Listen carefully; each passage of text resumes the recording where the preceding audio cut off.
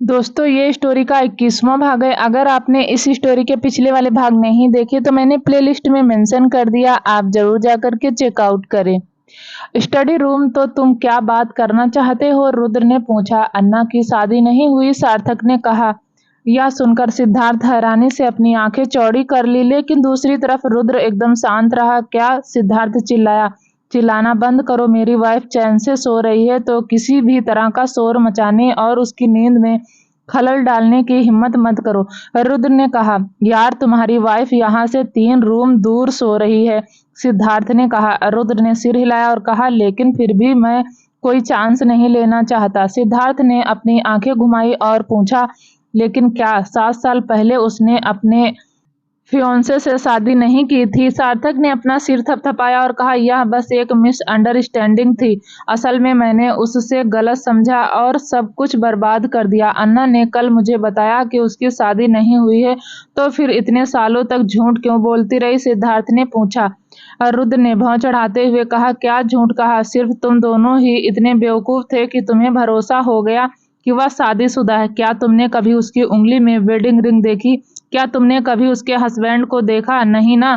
फिर कैसे तुम लोगों ने भरोसा कर लिया कि वह शादीशुदा है? कुछ देर रुकते हुए रुद्र ने कहा, स्टूपिड, मुझे समझ में नहीं आता कि मुझे और अन्ना को तुम्हारे जैसे बेवकूफ दोस्त कैसे मिले।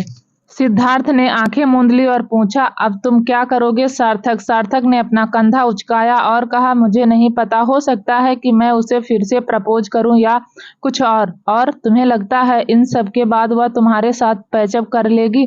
सिद्धार्थ ने पूछा। सार्थक ने डर के मारे फुसफुसाया और पूछा, क्या वह नहीं करेगी? ठीक है, मुझे नहीं लगता कि यह इतना आसान होगा माय फ्रेंड, सिद्धार्थ ने कहा। रुद्र ने अपना सिर हिलाया और कहा, मैं सिद्धार्थ से सहमत हूँ। यह इतना आसान नहीं है, लेकिन टेंशन मत करो, हम सब में से तुम सबसे ज्यादा हैंडसम हो, इसलिए तुम्हें बस थोड़ी कोशिश करनी चाहिए। उसके बाद देखना, अन्ना वापस तुम्हारे पास आ जाएगी। रुद्र ने जो कहा उसे सुनकर सार्थक का चेहरा खिल उठा। क्या सच में तुम सच में सोचते हो कि मैं तुम लोगों में सबसे ज्यादा हैंडसम हूँ? सार्थक ने पूछा। रुद्र ने हंसते हुए कहा, मैं बस मजाक कर रहा हूँ, हम सभी जानते हैं कि मैं तुम तीनों में सबसे हैंडसम हूँ। मैं बस तुम्हें कंसोल करने की कोशिश कर रहा हूँ। अरे मैं भी हैंडसम हूँ, सिद्धार्थ ने कहा। इससे पहले कि कोई कुछ बोल पाता, एक मेड स्टडी रूम के अंदर आई और कहा, सर्वा मैडम, क्या हुआ, उठ गई? रुद्र ने पूछा। मेड ने सिर हिलाया।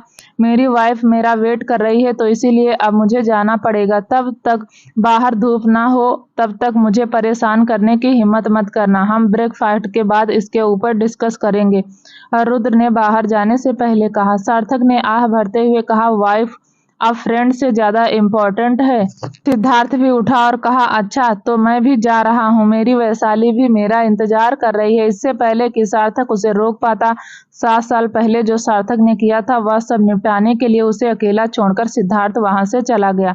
जब रुद्र वापस बेडरूम में आया तो उसने देखा आराध्या अभी भी सो रही थी। रुद्र मुस्कुराया और दरवाजा बंद करके वापस उसके पास जाकर लेट गया। जैसे ही रुद्र वहां पर लेट गया, आराध्या उसकी तरफ मुड़ी और उसके सीने से अपना सिर रख दिया। यह देखकर रुद्र ने मुस्कुराते हुए उसकी पीठ थपथपाई। आप कहाँ थे? आराध्या ने पूछा। क्यों, क्या तुमने मुझे मिस किया? रुद्र ने पूछा। आराध्या ने अपना सिर हिलाया और कहा, जब मैं जागने के बाद आपको नहीं देखती तो मुझे बेचैनी हो जाती है। और रुद्र ने हंसते हुए कहा, बेवकूफ, अगर मैं किसी दिन बिजनेस ट्रिप पर जाऊं तो तुम क्या करोगी? तो मैं भी आपके साथ चलूंगी, आराध्या ने कहा। उसे अपने पास खींचते हुए रुद्र ने कहा, मैं तब बोर नहीं होऊंगा, आराध्या। रुद्र ने कहा, हाँ। आराध्या ने कहा, तो मुझे छोड़कर नहीं जाओगी ना? रुद्र ने पूछा। आराध्या ने अपना सिर ऊपर उठाया और कहा, आपको पता है आप कभी कभी ऐसा बिहेव करने लगते हैं कि मुझे लगता है कि आप सच में बच्चे हो। रुद्र उसकी बात सुनकर मुस्कुराया। आराध्या के ऊपर आते हुए उसने उसकी गर्दन पर किस किया और पूछा, क्या बच्चे ऐसा करते हैं? या उसके निचले होंठ को काटते हुए उसने कहा, या उसे दूर धकेलते हुए आराध्या ने कहा, आपके ट्रिक्स आज काम नहीं करेंगे क्योंकि मैं बहुत थक गई हूँ और यह सब आपकी गलती है, मेरी गलती नहीं, रुद्र ने पूछा।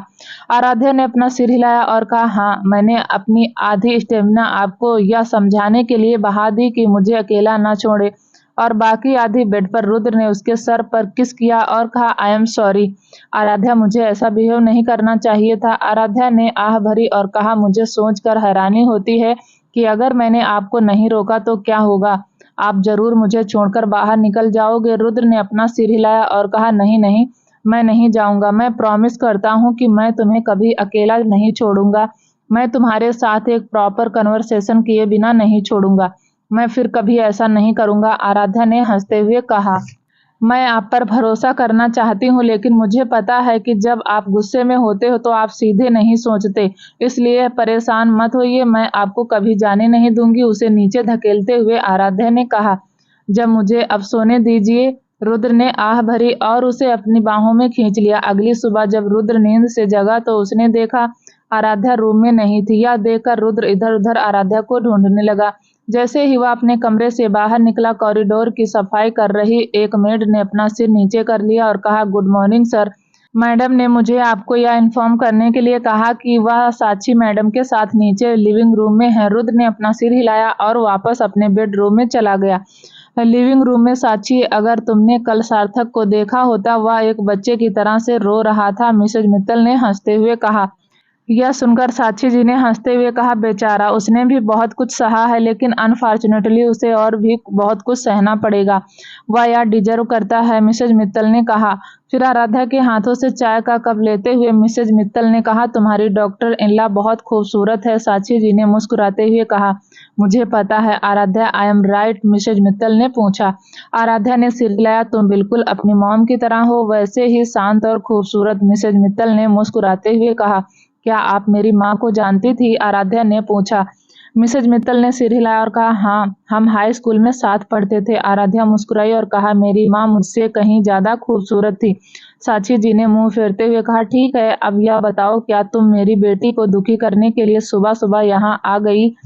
मिसेज मित्तल ने हंसते हुए कहा, अरे नहीं नहीं, मैं यहाँ अपनी डॉक्टर इनला से मिलने आई हूँ। वह आ रही है, वहाँ देखो। साक्षी जी ने अंबिका की ओर इशारा करते हुए कहा, जो उनकी ओर आ रही थी। यम यम, आपने मुझे बुलाया? अंबिका ने कहा। साक्षी जी ने अपना सिर हिलाया और कहा, मैंने नहीं, तुम्हारी सास ने तुम्हें बुलाया। सास? अंबिका ने हैरानी से पूछा। मिसेज मित्तल ने अपना हाथ उठाया और कहा, हाँ, मैं हूँ तुम्हारी सास, मैं सार्थक की माँ हूँ। यह सुनकर अंबिका की आंखें चौड़ी हो गई और वह थोड़ी घबराते हुए बोली, घबराने की कोई जरूरत नहीं है बच्चे, मैं तुम्हें खाने नहीं जा रही हूँ। मिसेज मित्तल ने अपने चेहरे पर एक बड़ी सी मुस्कान के साथ कहा। अंबिका के चिन्ह को ऊपर उठाते हुए मिसेज मित्तल ने कहा, कोई हैरानी नहीं कि मेरा बेटा तुम्हारे लिए इतना पागल है। तुम भी आराध्या की तरह बहुत खूबसूरत हो। अंबिका के हाथ को पकड़कर मिसेज मित्तल ने कहा, बच्चे, 7 साल पहले सार्थक ने जो किया उसके लिए मैं तुमसे माफी मांगती हूँ। एक माँ के रूप में मुझे उसके इस बिहेवियर के लिए जिम्मेदार होना चाहिए। मैंने उसे अच्छी तरह से परवरिश नहीं दी। नहीं नहीं आंटी, यह आपकी गलती नहीं है। उस समय सिचुएशन बहुत कॉम्प्लिकेटेड थी। मैंने पहले ही सब कुछ भूलने का फैसला कर लिया है। और अंबिका अपनी बात पूरी कर पाती उससे पहले ही मिसेज मित्तल ने उसकी बात काट दी और कहा, भूल जाओ। क्या तुम यह सोच रही हो कि तुम उसे इतनी आसानी से माफ कर दोगी? तभी साक्षी जी ने सिर हिलाया और कहा, नहीं नहीं, मेरे पास एक मास्टर प्लान है। साक्षी जी के मास्टर प्लान पर डिस्कस करने के बाद मिसेज मित्तल खुशी खुशी वहां से चली गई और अपना पूरा सपोर्ट देने का प्रॉमिस भी किया। मिसेज मित्तल के चले जाने के बाद अंबिका ने कहा, यम यम, क्या आपको नहीं लगता कि यह बहुत ज्यादा है? साक्षी जी ने आंखें मूंद ली और कहा, यह कुछ भी नहीं है। आराध्या ने हंसते हुए कहा, यह मजेदार होने वाला है। लेकिन अंबिका कुछ कहना चाहती थी, कोई लेकिन वेकिन नहीं। अब चलो और ब्रेकफास्ट कर लो। अंबिका को और आराध्या को डाइनिंग टेबल के पास ले जाते हुए साक्षी जी बोली, डाइनिंग एरिया। सार्थक, तुम इतनी जल्दी सुबह सुबह यहाँ पर क्या कर रहे हो? साक्षी जी ने पूछा। सार्थक, जो एक बिजनेस मैगजीन पढ़ रहा था, उसने मैगजीन को एक तरफ फेंक दिया और कहा, कुछ नहीं, बस ऐसे ही। अंबिका तो साक्षी जी के पास खड़ी थी। वह सार्थक को देखकर मुस्कुराने से खुद को रोक नहीं पाई। ओह ठीक है, बैठो बैठो, चलो साथ में ब्रेकफास्ट करते हैं, साक्षी जी ने कहा। जल्द ही समर्थ अंशिका और अच्युत के साथ नीचे आ गया। साथ में रुद्र भी आ गया। सभी को गुड मॉर्निंग। समर्थ ने अपनी कुर्सी पर बैठते हुए कहा। आराध्या रुद्र को देखकर मुस्कुराई और पूछा, आप नींद से कब उठ गए? रुद्र ने अपने होंठ थपथपाए और कहा, तुमने मुझे अकेला क्यों छोड़ दिया? आराध्या ने हंसते हुए कहा, मैं आज जल्दी उठ गई, इसीलिए मैंने सोचा कि मैं आज मॉम की किचन में थोड़ी हेल्प कर दूंगी। प्लेट में ब्रेड का एक टुकड़ा रखते हुए समर्थ ने कहा, मॉम, मैं और अंशिका अचित को लेकर मालदीव में वेकेशन पर जाने का प्लान बना रहे हैं।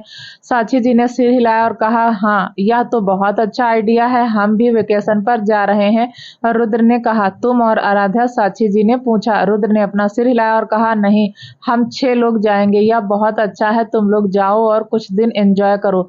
जब तुम्हारे डैड वापस आएंगे तो मैं भी उन्हें कहीं पर घूमने जाने के लिए कहूंगी। साक्षी जी ने कहा। अपना ब्रेकफास्ट खत्म करने के बाद समर्थ अंशिका और अचित के साथ वहां से चला गया। कि दूसरी तरफ रुद्र आराध्या को अपने ऑफिस ले जाना चाहता था, लेकिन आराध्या भी वहां नहीं जाना चाहती थी। सार्थक, क्या तुम आज हॉस्पिटल नहीं जा रहे हो? साक्षी जी ने पूछा। हाँ, मैं जा रहा हूँ, सार्थक ने कहा। ठीक है, तो तुम अभी भी बैठे हुए क्यों हो? साक्षी जी ने पूछा। सार्थक थोड़ी देर के लिए झिझका और बोला, मैंने सोचा क्योंकि अन्ना भी हॉस्पिटल जा रही है तो मुझे उसको लेकर साथ जाना चाहिए। साक्षी जी ने अपना सिर हिलाया और कहा, अरे नहीं, तुम्हें अन्ना के बारे में परेशान होने की जरूरत नहीं है, उसे लेने सागर आ रहा है। सार्थक ने सदमे में अपनी आंखें चौड़ी की और पूछा, सागर कौन सा है? अरे मुझे देखो, मुझे लगता है कि मैं बूढ़ी हो गई हूँ, मैं तुम सबको सागर के बारे में बताना भूल गई। मुझे अन्ना के लिए एक पोटेंशियल मैच मिला है, सागर उसके लिए एकदम परफेक्ट है। साक्षी जी ने कहा। क्या? सार्थक चिल्लाया। साक्षी जी ने मुंह फेर लिया और कहा, क्या तुम चिल्ला क्यों रहे हो? ऐसा नहीं है कि तुम दोनों अभी भी डेटिंग कर रहे हो। अन्ना कब तक अपनी लाइफ को इस तरह बर्बाद करने जा रही है? वह ब्यूटीफुल, यंग है, अट्रैक्टिव है, इसलिए उसे फिर से डेटिंग शुरू करनी चाहिए। लेकिन सार्थक बोलना चाहता था, कोई लेकिन वेकिन नहीं। हाँ, मेरे पास एक बेहतर प्लान है। जब तुम सब वेकेशन पर जा ही रहे हो तो तुम सागर को अपने साथ क्यों नहीं ले जाते? वहां पर जाकर सागर और अंबिका एक दूसरे को और ज्यादा जान लेंगे। साक्षी जी ने सजेशन दिया। सार्थक ने सदमे में अपनी आंखें और मुंह चौड़ा किया और रुद्र की ओर मुड़ गया। अपने दोस्त की निगाहों को समझते हुए रुद्र ने कहा, मॉम, यह क्या बकवास है? आप ऐसा कुछ कैसे सजेस्ट कर सकती हैं? हम उस आदमी को अपने साथ नहीं ले जा सकते, यह गलत है। आराध्या ने अपनी बाहें उठाई और कहा, क्या गलत है? मुझे नहीं लगता कि यह गलत है, असल में मुझे लगता है कि यह एक अच्छा आइडिया है। रुद्र ने जोर से सिर हिलाया और कहा, हाँ हाँ, मुझे भी लगता है कि यह एक बहुत अच्छा आइडिया है। ठीक है, वह आदमी हमारे साथ आ सकता है।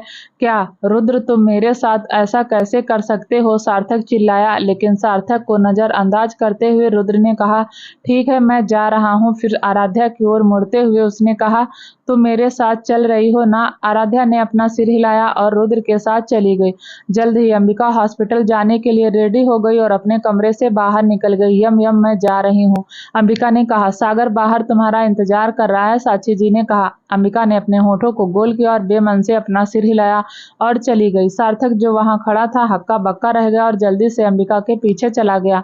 सिंघानिया पैलेस के बाहर अंबिका की ओर दौड़ते हुए सार्थक ने उसका हाथ पकड़ लिया और कहा, रुको, क्या हुआ? अंबिका ने पूछा। सार्थक ने मुंह फेर लिया और पूछा, यह सागर कौन है? मेरा डेट, अंबिका ने कहा। तुम्हारा डेट? यह सब तुम क्या कर रही हो? अन्ना हमारे बारे में क्या? अंबिका की तरफ देखकर सार्थक ने पूछा। हम हमारे बारे में क्या? मैंने तुमसे बस सच कहा था, लेकिन मैंने समझौता करने के बारे में कभी कुछ नहीं कहा, अंबिका ने कहा। सार्थक ने मुंह फेर लिया और कहा, जब मैं अभी भी वहां हूं तो तुम किसी और को डेट करना चाहती हो? मैंने तुम्हारे बाद इतने साल पहले ही बर्बाद कर दिए हैं। यम यम, सही है, मुझे अपनी लाइफ को एंजॉय करना चाहिए और आगे बढ़ना चाहिए, अंबिका ने कहा। अन्ना, हम फिर से एक साथ नहीं हो सकते क्या? सार्थक ने पूछा। मुझे नहीं लगता कि यह सार्थक यह होने वाला है। क्या होगा अगर तुम फिर से वही सब करते हो? मुझे जो कहना है उसे सुने, बिना मुझे जज करना तो बेहतर है कि हम सिर्फ दोस्त बने रहे, अंबिका ने कहा। लेकिन मुझे हॉस्पिटल जाने के लिए लेट हो रहा है, बाय। अंबिका बाहर खड़ी एक विंटरले की ओर जाते हुए बोली। कार में बैठने के बाद अंबिका ने ड्राइवर की सीट पर एक हैंडसम लड़के को बैठे देखा। वह लड़का ब्लैक एंड व्हाइट सूट और मैचिंग शर्ट पहने हुए था। तो आप सागर हैं? अंबिका ने पूछा। सागर ने मुस्कुराते हुए कहा, हाँ मैडम, मैं सागर हूँ। मैं global film and art college का 2nd ईयर का स्टूडेंट हूँ। अंबिका ने सदमे में अपनी आंखें चौड़ी की और कहा, तुम एक स्टूडेंट हो? तुम्हारी उम्र क्या है? 21 साल, सागर ने कहा। अंबिका हैरानी से उसे देखने लगी और बोली, वाह, क्या यम यम पागल हो गई है? क्या आप साक्षी मैडम के बारे में बात कर रही हैं? उन्होंने कुछ दिनों के लिए आपका बॉयफ्रेंड होने की एक्टिंग करने के लिए मुझे बहुत सारे पैसे दिए हैं, सागर ने कहा। अंबिका ने मुंह फेर लिया और कहा, ठीक है, अब गाड़ी चलाओ और हाँ, सार्थक से दूर रहना, वह भी उसी हॉस्पिटल में डॉक्टर है। अगर वह तुमसे पर्सनली मिला तो मुझे यकीन है कि वह तुम्हें जरूर मार डालेगा। सागर ने सिर हिलाया और कहा, हाँ, साक्षी मैडम ने मुझे पहले ही उसके बारे में वार्निंग दी है। अंबिका ने सिर हिलाया और उसे गाड़ी चलाने का इशारा किया। हॉस्पिटल, सार्थक के आने से पहले यहाँ से निकल जाओ, अंबिका हॉस्पिटल के अंदर जाते हुए बोली। सागर ने सिर हिलाया और कहा, ठीक है क्यूटी पाई, शाम को मिलते हैं। अंबिका ने अपनी आंखें पहले घुमाई और उसे नजरअंदाज करने का फैसला किया। अंबिका के जाने के बाद जैसे ही सागर अपनी कार को हॉस्पिटल से बाहर निकालने वाला था, एक स्पोर्ट्स कार उसके ठीक सामने रुक गई, जिससे उसकी बिल्कुल नई विंटले लगभग क्रैश होते हुए बच गई। यह देखकर सागर डर गया। कार से उतरते हुए सागर चिल्लाया, क्या तुम अंधे हो क्या? तुम देख नहीं सकते? दूसरी तरफ स्पोर्ट कार के से नीचे उतरते हुए सार्थक ने अपनी भौहें उठाई और पूछा, तो तुम ही सागर हो? हाँ, तो सागर ने कहा। उसका कॉलर पकड़कर सार्थक ने उसे अपनी कार के ऊपर धक्का दिया और कहा, तो तुम वही हो जो मेरी अन्ना को डेट कर रहा है? यह सुनकर सागर डर गया और कहा, सार्थक। सार्थक मुस्कुराया और कहा, यह अच्छा है कि तुम मेरा नाम जानते हो, तो मुझे बताओ कि तुम कैसे मरना चाहते हो? क्या मुझे तुम्हें एक डेंजरस इंजेक्शन लगाना चाहिए या एनेस्थीसिया या ओवरडोज देना चाहिए? जल्दी बताओ। सागर का चेहरा पीला पड़ गया। अपना सिर हिलाते हुए सागर ने कहा, मेरी बात सुनो यार, शांत हो जाओ। ठीक है। सार्थक ने उसके चेहरे पर मुक्का मारने के लिए अपना हाथ उठाया। तब सागर ने अपनी आंखें बंद कर ली और कहा, नहीं, मैं किसी को डेट नहीं कर रहा हूँ, यह सिर्फ एक एक्टिंग है। मैं एक स्टूडेंट हूँ और मैं सिर्फ 21 साल का हूँ। प्लीज मुझे छोड़ दीजिए, मैंने कुछ भी नहीं किया। सार्थक ने भौहें उठाई और पूछा, स्टूडेंट? सागर ने सिर हिलाया और कहा, हाँ, मैं एक स्टूडेंट हूँ और साक्षी मैडम ने मुझे अंबिका दीदी के बॉयफ्रेंड बनने के लिए बहुत सारे पैसे दिए हैं। सार्थक मुस्कुराया और बोला, अब तो मजा आने वाला है। सागर का कॉलर छोड़कर सार्थक ने उसे अपने कपड़े ठीक करने में मदद की और कहा, ठीक है, किसी से यह मत कहना कि तुम मुझसे मिले हो, बस अपनी एक्टिंग कंटिन्यू करो। फिर अपने वॉलेट से कुछ पैसे निकालते हुए सार्थक ने कहा, इसे रखो और अपना मुंह बंद रखो। अगर तुम उन्हें कुछ भी बताने की सोच रहे हो तो अपने जिंदा रहने के बारे में भूल जाना। सागर ने सिर हिलाया और उस कार में बैठकर जल्दी से बाहर निकल गया। उसके जाने के बाद सार्थक मुस्कुराते हुए कहा, ओ माय अन्ना बेबी, तुमने यह गेम शुरू किया है, लेकिन इसे खत्म मैं करूंगा। Just wait and watch. Hospital के अंदर जैसे सार्थक हॉस्पिटल के अंदर आया, वह हैरान हो गया। उसने देखा अंबिका के केबिन के बाहर बहुत सारे अमेरिकन बैठे हुए हैं। वे यहाँ किस लिए आए हैं? सार्थक ने पूछा। नर्स मुस्कुराई और कहा, जब वे अमेरिका में थी तब वे सभी डॉक्टर अन्ना के पेशेंट हुआ करते थे।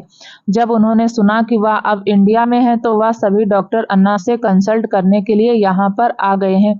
सार्थक मुस्कुराया और कहा, इम्प्रेसिव। तभी एक अधेड़ उम्र का आदमी काले रंग का कस्टम मेड सूट पहने हुए बॉडीगार्ड के साथ हॉस्पिटल के अंदर एंटर हुआ। रिसेप्शन की ओर बढ़ते हुए वह आदमी चिल्लाया, कैसी अपॉइंटमेंट? क्या एक फादर को अपने डॉक्टर से मिलने के लिए अपॉइंटमेंट लेने की जरूरत है? रिसेप्शनिस्ट ने आह भरी और कहा, माफ करना सर, लेकिन डॉक्टर अन्ना के पास पहले से ही 50 से ज्यादा पेशेंट हैं जो आज उनका वेट कर रहे हैं। तो डिस्क को पकड़ते हुए मिस्टर चौधरी गुस्से में चिल्लाए, उसके 50 पेशेंट को वापस भेज दो और उसे बताओ कि उसके फादर और उसकी बहन उससे मिलने आई है। रिसेप्शनिस्ट ने सिर हिलाया। अंबिका को इन्फॉर्म करने के लिए एक नर्स को इशारा करते हुए उसने कहा, ठीक है सर, आप थोड़ी देर वेट कीजिए। अपनी लाल आंखों से रिसेप्शनिस्ट को घूरते हुए मिस्टर चौधरी अपनी बेटी के साथ पास की एक बेंच पर बैठ गए। दूसरी तरफ अंबिका के केबिन की ओर भाग रही नर्स सार्थक से टकरा गई। वाह, तुम कहाँ भाग रही हो? सार्थक ने पूछा। नर्स ने अपना सिर नीचे किया और कहा, आई एम सॉरी डॉक्टर। सार्थक, मुझे डॉक्टर अन्ना को कुछ इम्पोर्टेंट बताना था, इसलिए मैं जल्दी में थी। कोई बात नहीं, लेकिन तुम उसे क्या बताना चाहती हो? सार्थक ने पूछा।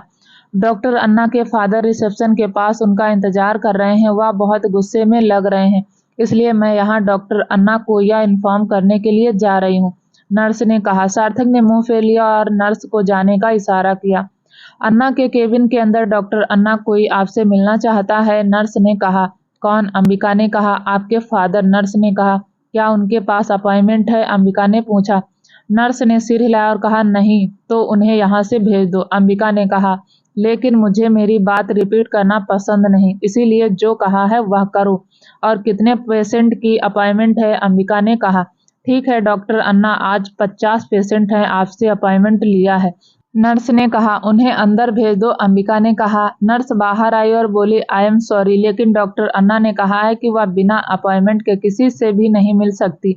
मिस्टर चौधरी ने मुंह फेरते हुए कहा, क्या अब वह चाहती है कि उसके पापा उससे मिलने के लिए अपॉइंटमेंट ले? नर्स ने अपना सिर नीचे किया और कहा, आई एम सॉरी सर, लेकिन डॉक्टर ने मुझे यही बताया। मिस्टर चौधरी ने तुम्हारा इंतजार कर रहे हैं, सार्थक ने कहा। अंबिका ने सिर हिलाया। हाँ, मुझे पता है। तो फिर सार्थक ने पूछा, मैं संभाल लूंगी, तुम्हें परेशान होने की जरूरत नहीं है, अंबिका ने एक चिकन का पीस उठाते हुए कहा। एक साथ लंच करने के बाद सार्थक उठा और बोला, ठीक है, फिर मैं चलता हूँ, बाय। अंबिका ने सिर हिलाया। जाने से पहले सार्थक उसकी ओर देखकर मुस्कुराया और कहा, तुम्हें पता है कि मैं हमेशा तुम्हारे लिए खड़ा रहूंगा, है ना अंबिका? अंबिका मुस्कुराई और सिर हिलाया। लगभग 4 घंटे इंतजार करने के बाद मिस्टर चौधरी को आखिरकार अंबिका के केबिन में जाने को कहा गया। जैसे ही वह अंदर गए, अंबिका पर चिल्लाना शुरू कर दिया, अंबिका, तुमने अपने फादर को इस तरह इंतजार कराने की हिम्मत कैसे की? यह एक हॉस्पिटल है मिस्टर चौधरी, आपका घर नहीं, इसलिए प्लीज अपना वॉल्यूम और गुस्सा कम रखें, अंबिका ने कहा। मिस्टर चौधरी ने मुंह फेर लिया और कहा, क्या मिस्टर चौधरी, मैं तुम्हारा डैड हूँ। अंबिका मुस्कुराई और बोली, क्या सच में? तो फिर मुझे यह याद क्यों नहीं है? यह सुनकर उनको गुस्सा आ गया। वह कुछ बोलने वाले थे कि उनकी बेटी ने उनका हाथ पकड़ दिया। सिर दर्द हो रहा है, उस लड़की ने कहा। अंबिका ने अपनी भौहें उठाई जब उसने उस लड़की को मिस्टर चौधरी को पापा कहते हुए सुना। जब अंबिका ने लास्ट टाइम उसे देखा था तो वह छोटी थी, लेकिन अब वह काफी एडल्ट लग रही थी। हाँ प्रिंसेस, कुछ देर वेट करो, कुछ नहीं होगा, मिस्टर चौधरी ने कहा। फिर अंबिका की ओर मुड़ते हुए मिस्टर चौधरी गुस्से में बोले, क्या तुम नहीं देख सकती हो कि तुम्हारी छोटी बहन बहुत दर्द में है? जल्दी से उसकी हेल्प करो। मुझे तो याद नहीं कि मेरी एक बहन भी है, अंबिका ने कहा। तो मिस्टर चौधरी ने कुछ कहना चाहा। उसे वहां पर लेटने के लिए बोलिए और मुझे उसकी रिपोर्ट दिखाइए, अंबिका ने अपनी कोल्ड वॉइस में कहा। लेकिन मिस्टर चौधरी गुस्से में अंबिका तरफ घूरने लगे। मुझे घूरने से कुछ नहीं होगा मिस्टर चौधरी, क्या आप चाहते हैं कि आपकी कीमती बेटी मर जाए? अंबिका ने पूछा। मिस्टर चौधरी ने फिर से एक नज़र अंबिका को देखा, फिर रिपोर्ट उसे देकर वापस कुर्सी पर बैठ गए। रिपोर्ट को देखते हुए अंबिका ने कहा, यह काफी नहीं है, उसका अल्ट्रासाउंड भी करना है। उसकी प्रॉब्लम क्या है? मिस्टर चौधरी ने पूछा। अल्ट्रासाउंड करने के बाद पता चलेगा, अंबिका ने जूली की ओर मुड़ने से पहले कहा। प्लीज मिस चौधरी को अल्ट्रासाउंड टेस्ट के लिए ले जाओ और डिपार्टमेंट में कहो, मुझे जल्द से जल्द रिपोर्ट चाहिए। जूली ने अपना सिर हिलाया और उस लड़की मतलब रिया को लेकर स्कैनिंग रूम की ओर चली गई। आप अपनी बेटी के लिए बाहर इंतजार कर सकते हैं, अंबिका ने कहा।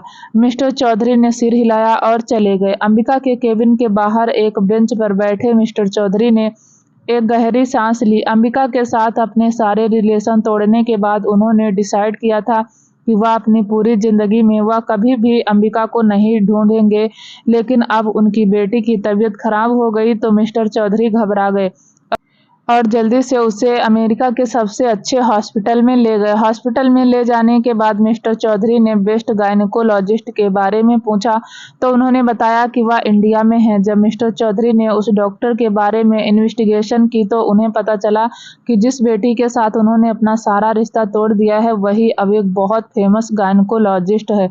जब मिस्टर चौधरी अपने ख्यालों में व्यस्त थे तब रिया को अल्ट्रासाउंड टेस्ट करके वापस आ भी गए थे। केबिन के अंदर नर्स के हाथ से रिपोर्ट लेने के बाद अंबिका ने कहा, मिस्टर चौधरी को अंदर बुलाओ। नर्स ने सिर हिलाया और चली गई। रिपोर्ट को देखते हुए अन्ना ने अपनी भौहें उठा ली। क्या आप मुझे बताएंगे कि क्या प्रॉब्लम है? मिस्टर चौधरी ने अंदर आते हुए पूछा।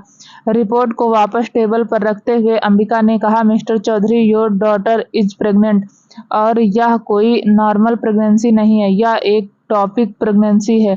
मिस्टर चौधरी ने मुंह फेर लिया और चिल्लाए, यह सब आप क्या बकवास कर रही हैं?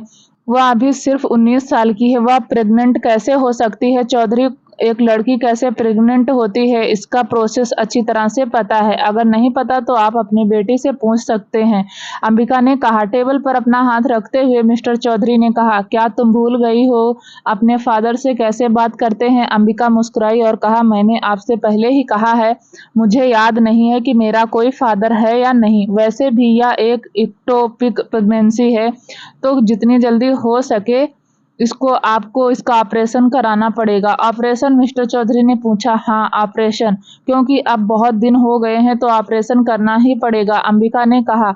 यह सब सुनकर मिस्टर चौधरी के चेहरे पर एक बहुत ही कॉम्प्लिकेटेड रिएक्शन था। अंबिका ने आह भरी और कहा, अगर आप ऑपरेशन कराना चाहते हैं तो रिसेप्शन में जाकर फॉर्म में फिल कर दीजिए और वहां पर आपको एक डेट दिया जाएगा, और अगर आप किसी और गायनकोलॉजिस्ट से कंसल्ट करना चाहते हैं तो बेझिझक कर सकते हैं। फिर अंबिका ने अपना बैग उठाते हुए कहा, सो एक्सक्यूज मी, अब मेरा जाने का टाइम हो गया है तो मैं चलती हूँ। दरवाजा खोलने से पहले अंबिका ने रिया की ओर इशारा किया और कहा, बस एक एडवाइस, अगली बार से कुछ करने से पहले प्रोटेक्शन का यूज करना। मल्होत्रा एंटरप्राइजेज। जब सिद्धार्थ ने अपनी मीटिंग खत्म की तो उसके असिस्टेंट ने उसे बताया कि कुणाल ने उसे कॉल किया था। यह सुनकर सिद्धार्थ ने जल्दी से अपना फोन उठाया और कुणाल के नंबर पर डायल किया। हेलो भाई, कुणाल ने कहा। सिद्धार्थ ने मुस्कुराते हुए कहा, मुझे लगा कि तुम अपने भाई के बारे में भूल गए हो। मैं आपको कैसे भूल सकता हूँ, मैं बस मीटिंग में थोड़ा बिजी था। कुणाल ने कहा, मैंने सुना है कि तुम्हारी प्रेजेंटेशन बहुत इम्प्रेसिव थी। कांग्रेचुलेशन माय फ्रेंड, सिद्धार्थ ने कहा। कुणाल ने मुस्कुराते हुए कहा, थैंक यू भाई, मुझे बस उम्मीद है कि मुझे डील मिल जाएगी। परेशान मत हो, तुम्हें यह डील जरूर मिलेगी। सिद्धार्थ ने कहा, मैं भी यही उम्मीद करता हूँ। कुणाल ने कहा, तो अब क्या तुम मुझे बताना चाहते हो कि उस दिन क्या हुआ था? क्या मेरी एडवाइस ने काम किया? मेरा मतलब है कि मेरा ट्यूटोरियल इम्प्रेसिव था, सिद्धार्थ ने पूछा। कुणाल ने हंसते हुए कहा, हाँ, आपकी ट्यूटोरियल ने मेरी बहुत हेल्प की। इसका मतलब है कि तुमने उसे किस किया? सिद्धार्थ ने कहा, हाँ हाँ डेफिनेटली, एक बार मुझे वापस आने दीजिए, मैं उसके साथ आपकी मीटिंग फिक्स करवा लूंगा। कुणाल ने खुश होते हुए कहा, तो वह भी तुम्हारे बारे में श्योर है? सिद्धार्थ ने पूछा।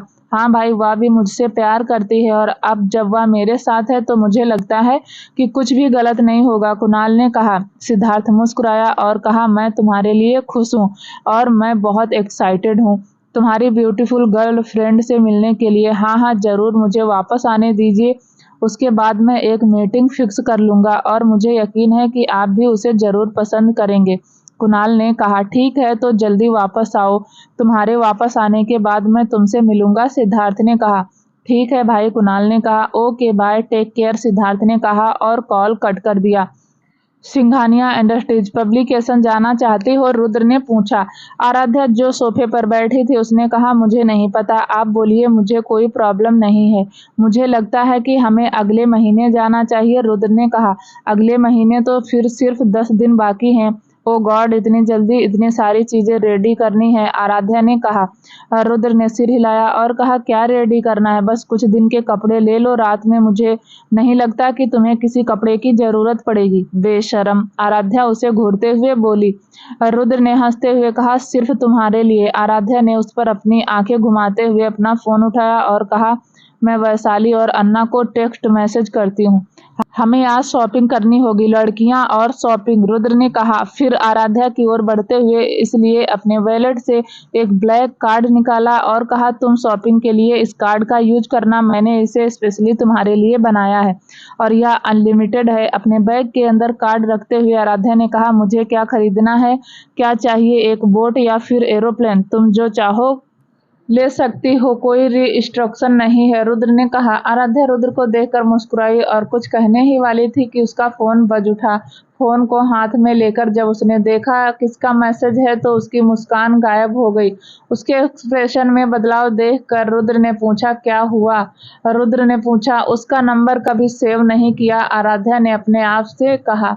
जब आराध्या ने वह मैसेज ओपन किया तो उसका चेहरा पीला पड़ गया और उसे चक्कर आने लगे। आराध्या, क्या हुआ, मुझे देखने दो, रुद्र ने उसके हाथ से फोन लेते हुए कहा। रुद्र का चेहरा डार्क हो गया और मैसेज पढ़कर उसकी आंखें कोल्ड हो गई। विशाल, हैप्पी शॉपिंग मिस्टर सिंघानिया, मुझे उम्मीद है कि आज फिर से हम दोनों लेडीज वॉशरूम के बाहर मिलेंगे। मुझे खुशी होगी अगर आप अपने 2 दोस्तों को साथ ले आएंगी। मुझे मुंबई की सबसे 3 खूबसूरत लड़कियों में से एक साथ मिलना अच्छा लगेगा। रजत, रुद्र चिल्लाया। रजत जल्दी से अंदर आया और कहा, हाँ बॉस। आराध्या के फोन में सॉफ्टवेयर इंस्टॉल क्यों नहीं है? रुद्र ने पूछा। रजत बहुत ज्यादा डर गया और कहा, बॉस, उस सॉफ्टवेयर को इंस्टॉल करने में बहुत टाइम लगता है, इसीलिए। आराध्या का फोन रजत को देते हुए रुद्र ने कहा, आज ही करो, मुझे परवाह नहीं कि इसमें कितना टाइम लगता है। क्या तुम्हें समझ आया? ओके सर, रजत ने बाहर निकलने से पहले कहा। रजत के वहां से जाने के बाद रुद्र आराध्या के पास बैठ गया और बोला, आराध्या क्या तुम ठीक हो? आराध्या ने पहले तो अपना सिर हिलाया, लेकिन फिर उसे अचानक अपने पेट में तेज दर्द महसूस हुआ और फिर उसे उल्टी होने लगी। अपना पेट पकड़कर आराध्या रुद्र के ऑफिस के साथ अटैच पर्सनल रूम की ओर दौड़ी और खुद को वॉशरूम के अंदर बंद कर लिया। आराध्या क्या हुआ? रुद्र उसके पीछे दौड़ने से पहले चिल्लाया। पर्सनल रूम के अंदर वॉशरूम का दरवाजा खटखटाते हुए रुद्र ने कहा, आराध्या दरवाजा खोलो और मुझे अंदर आने दो। कोई जवाब नहीं। आराध्या तुम अब मुझे डरा रही हो, रुद्र ने कहा। कोई जवाब नहीं। आराध्या क्या तुम ठीक हो?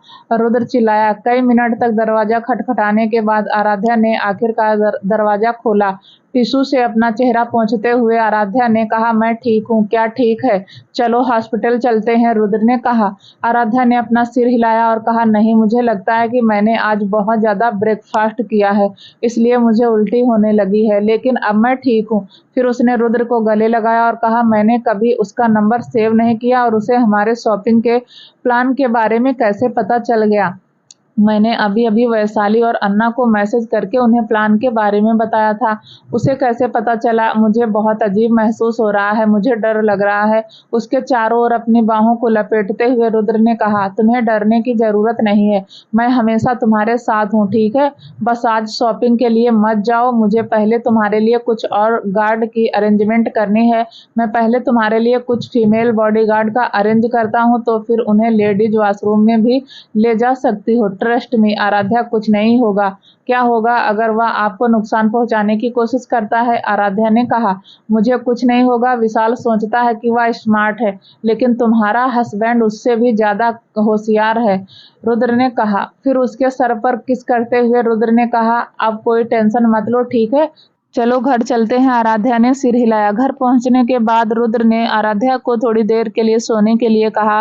फिर अपना फोन निकालते हुए रुद्र ने सिद्धार्थ का नंबर डायल किया। हाँ रुद्र, बोलो, सिद्धार्थ ने कहा। रुद्र थोड़ी देर चुप रहा और फिर कहा, विशाल ने आराध्या का फोन हैक कर लिया है क्या? सिद्धार्थ चिल्लाया। चलो री-स्ट्रो बार में मिलते हैं, सार्थक भी वहां पर बुलाओ, रुद्र ने कहा और फिर कॉल कट कर दिया। बेड पर सो रही आराध्या का चेहरा देखकर रुद्र ने आह भरी।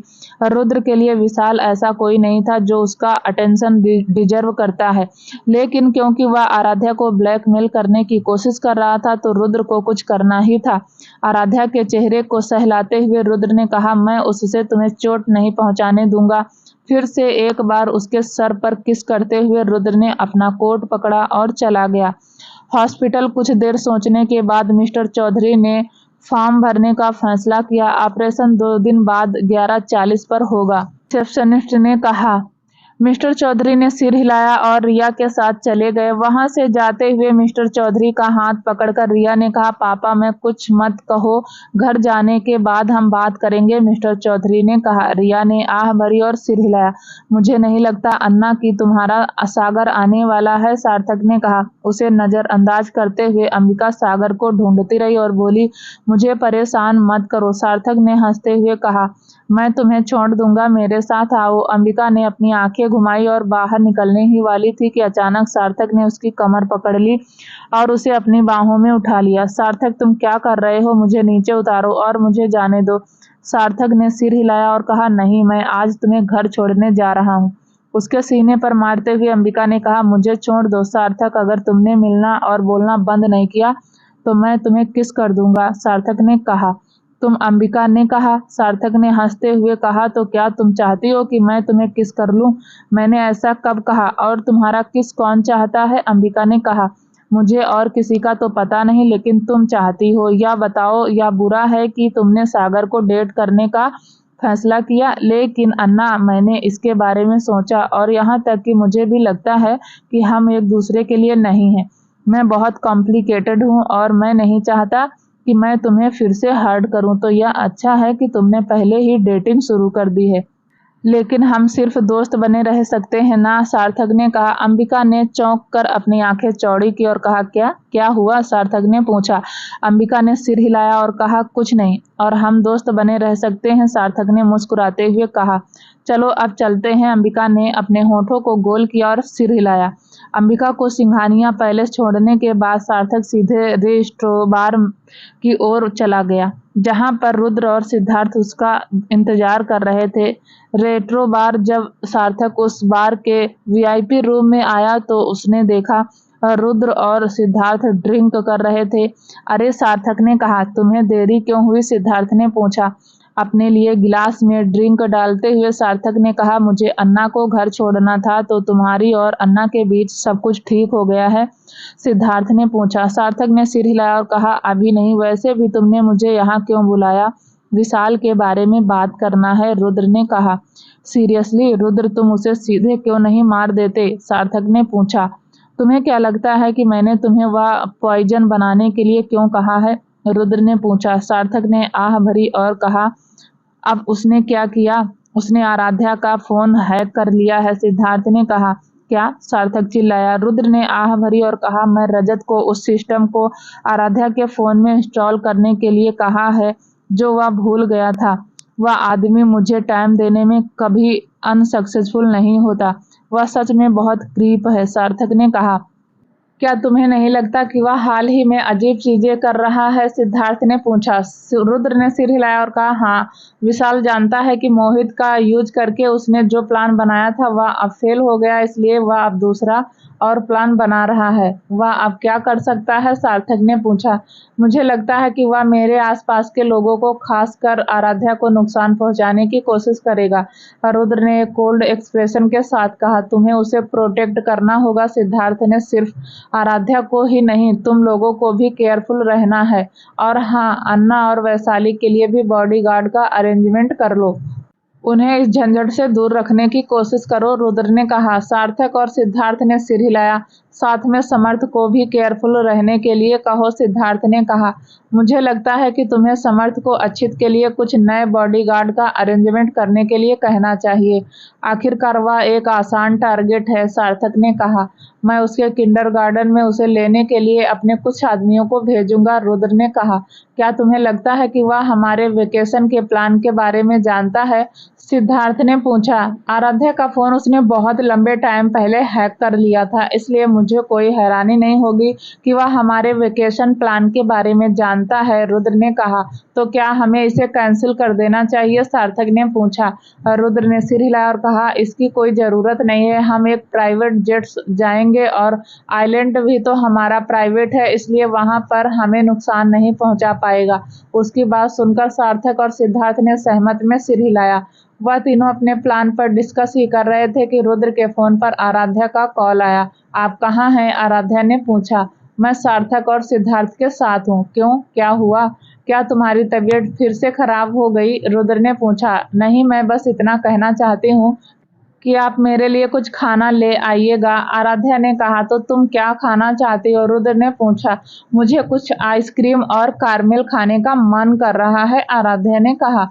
तुम्हें रात में आइसक्रीम नहीं खानी चाहिए, मैं इसके बदले तुम्हारे लिए सूप रखाया हूँ, और रुद्र ने कहा। आराध्या ने मुंह फेर लिया और कहा, नहीं, मुझे आइसक्रीम चाहिए। अगर आप इसे मेरे लिए नहीं लाना चाहते तो ठीक है, मैं बाहर जाकर अपने लिए खुद ले आऊंगी। ठीक है, रात को बाहर जाने की जरूरत नहीं है, मैं तुम्हारे लिए आइसक्रीम ले आऊंगा।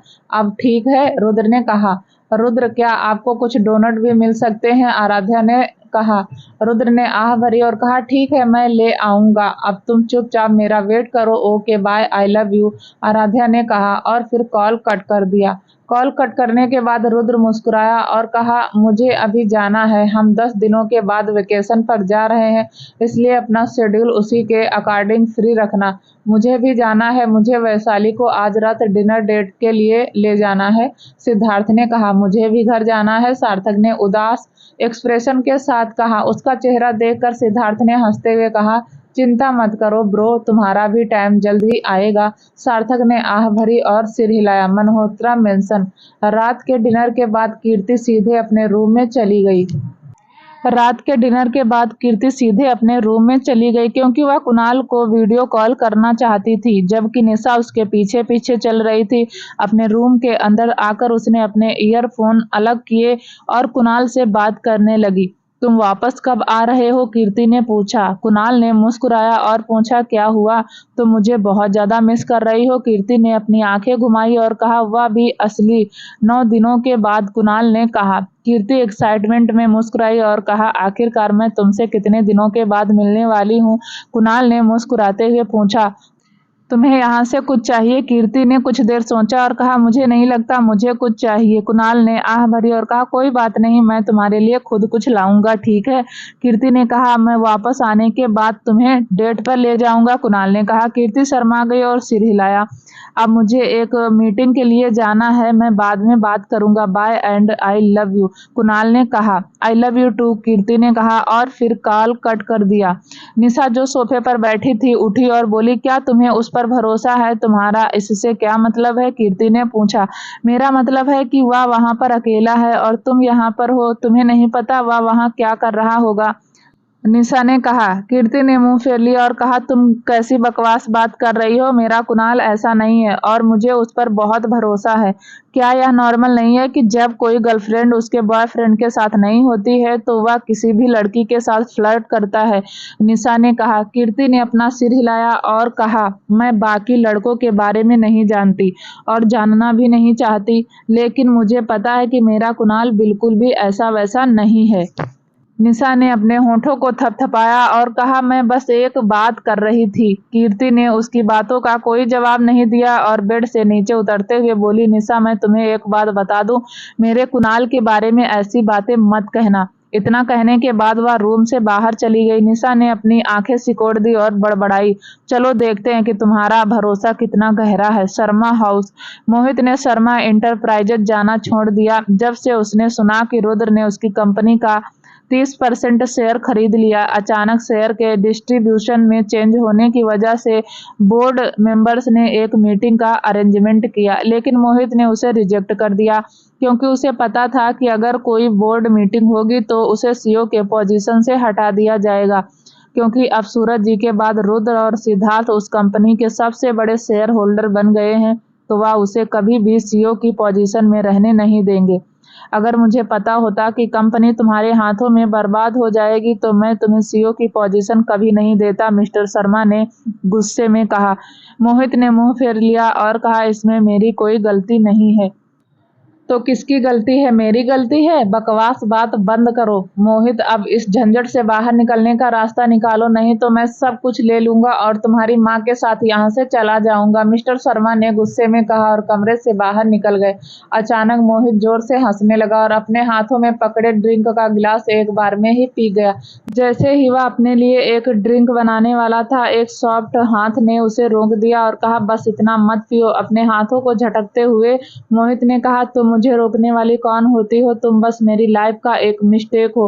मोहित ने गुस्से में जानवी को घूरते हुए कहा। जानवी ने उसकी बाहें पकड़ी और कहा, क्या हुआ तुम्हें? तुम ऐसा बिहेव क्यों कर रहे हो? कुछ हफ्ते पहले हम बहुत खुश थे, तुम्हें क्या हुआ है? कुछ नहीं हुआ है मुझे, मोहित ने कहा। जानवी ने रोते हुए कहा, नहीं कुछ गलत है, तुम मुझसे बात नहीं करते और ना ही तुम मुझे छूते हो। उसका हाथ लेते हुए जानवी ने उसे अपने सीने पर रखा और धीमी लेकिन एक्टिव वॉइस में कहा, I am craving for you Mohit, I want you please. Janvi की आवाज सुनकर मोहित उसे लस्ट फुल निगाहों से देखने लगा। हालांकि उसने जानवी के पास ना जाने का फैसला किया था, लेकिन वह भी उसे छूना चाहता था। मोहित अचानक जानवी के पास गया और उसकी गर्दन से ड्रेस को पकड़ा। जैसे ही उसकी नजर जानवी के सीने पर पड़ी, उसने अपना पूरा कंट्रोल खो दिया। उसके बाकी कपड़ों को भी फाड़ कर मोहित उस पर किसी भूखे जानवर की तरह टूट पड़ा। जानवी जानती थी कि मोहित उसके साथ कुछ दिनों से अच्छे से पेश नहीं आ रहा है, लेकिन उसे कहीं ना कहीं यकीन था कि मोहित उसके साथ इतना रफ नहीं है। जब उसने देखा कि मोहित फिर से आराध्या की तरह अट्रैक्ट हो रहा है तो उसने अपने बच्चे के बारे में सोचा। उसने सोचा कि अगर उसका और मोहित का एक बेबी होगा तो मोहित उसे छोड़कर कहीं नहीं जाएगा। यह सब सोचकर ही वह मोहित के पास आई थी, क्योंकि उसे पता था अगर वह मोहित के पास आएगी तो मोहित कभी भी खुद को कंट्रोल नहीं कर पाएगा। लेकिन आज वह गलत थी। आज मोहित उसके साथ किसी जंगली जानवर की तरह बिहेव कर रहा था। जानवी की आंखों में आंसू छलकने लगे, लेकिन वह कुछ कर नहीं पा रही थी। वह मोहित को रुकने के लिए कह रही थी, लेकिन मोहित उसकी बात का कोई जवाब नहीं दे रहा था। आज मोहित की आंखों में कोई लव नहीं, लास्ट था सिंघानिया पैलेस। आराध्या को डोनट और आइसक्रीम देते हुए रुद्र ने कहा, तुम्हें पहले कुछ खा लेना चाहिए। आराध्या ने अपने हाथ में आइसक्रीम का डिब्बा पकड़ने से पहले अपनी आंखें घुमाई। मैं इसे पहले खाऊंगी, प्लीज डोनट को टेबल पर रख दीजिए। जब रुद्र ने उसे एक छोटे बच्चे की तरह आइसक्रीम खाते हुए देखा तो वह मुस्कुराने से खुद को रोक नहीं पाया। बड़ा स्पून लेते हुए आराध्या ने रुद्र की ओर इशारा किया और कहा, कुछ चाहिए? रुद्र ने मुस्कुराते हुए कहा, अपना सिर हिलाया। फिर आराध्या की ओर बढ़ते हुए रुद्र उसके पास बैठ गया। उसके हाथ से आइसक्रीम लेते हुए रुद्र ने उसे वापस आइसक्रीम के डिब्बे में रख दिया और कहा, मैं स्पून से नहीं खाना चाहता। फिर कैसे? आराध्या ने पूछा। उठकर उसके करीब जाकर रुद्र ने उसके होंठों पर लगी आइसक्रीम को खाया और कहा, मैं इस तरह खाना चाहता हूँ। आराध्या ने उसे दूर धकेल दिया और कहा, अभी आप जाइए, मुझे परेशान मत कीजिए। रुद्र ने उसे चिढ़ाते हुए पूछा, आराध्या, कौन तुम्हारे लिए ज्यादा इम्पोर्टेंट है, खाना या फिर हस्बैंड? यह भी कोई सवाल हुआ? जाहिर है खाना। आराध्या ने अपनी जीभ बाहर निकालते हुए कहा। उसके हाथ में से बॉक्स छीनते हुए रुद्र ने उसके लिप्स को किस करने लगा। फिर धीरे धीरे वह उसकी गर्दन को किस करने लगा और फिर उसके सीने को। फिर थोड़ी देर बाद वह आराध्या से दूर हुआ और उसकी आंखों में देखते हुए बोला, अब बताओ कौन ज्यादा इम्पोर्टेंट है, हस्बैंड या फिर खाना? आराध्या, जो अभी भी रुद्र के टच में खोई हुई थी, उसने कहा, हस्बैंड, हस्बैंड ज्यादा इम्पोर्टेंट है।